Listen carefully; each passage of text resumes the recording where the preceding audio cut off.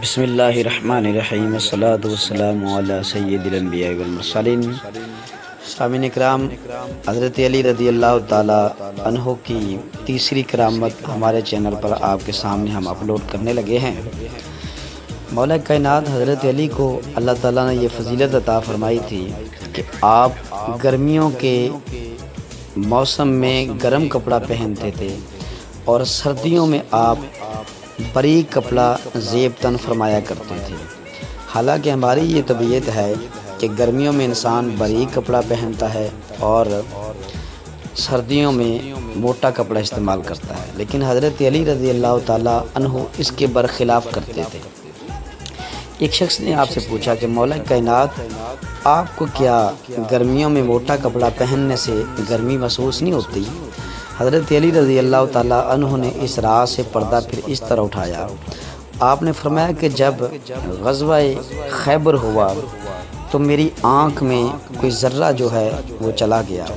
نبی دو عالم صلی اللہ علیہ وسلم نے اپنے صحابہ اکرام سے فرمایا کہ خیبر کے قلعے کا صبح جھنڈا میں اس شخص کو عطا فرماؤں گا یحب اللہ و رسولہ، جو اللہ اور اس کے رسول سے محبت کرتا ہوگا۔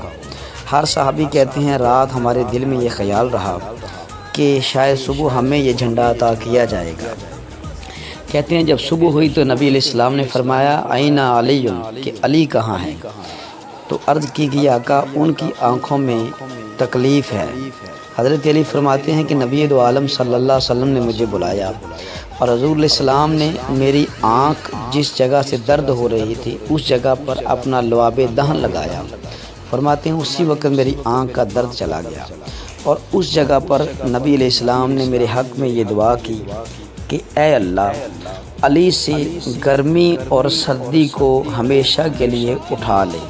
حضرت علی فرماتے ہیں تب سے لے کر اب تک کبھی مجھے سردی اور گرمی کا محسوس ہی نہیں ہوا۔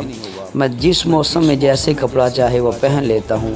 یہ اللہ کے رسول صلی اللہ تعالیٰ علیہ وآلہ وسلم کی دعا مبارک ہے کہ جس دعا کی برکت سے حضرت علی کو سردی اور گرمی کی شدت اور سردی کی حرارت کا کبھی محسوس ہی نہیں ہوا تھا۔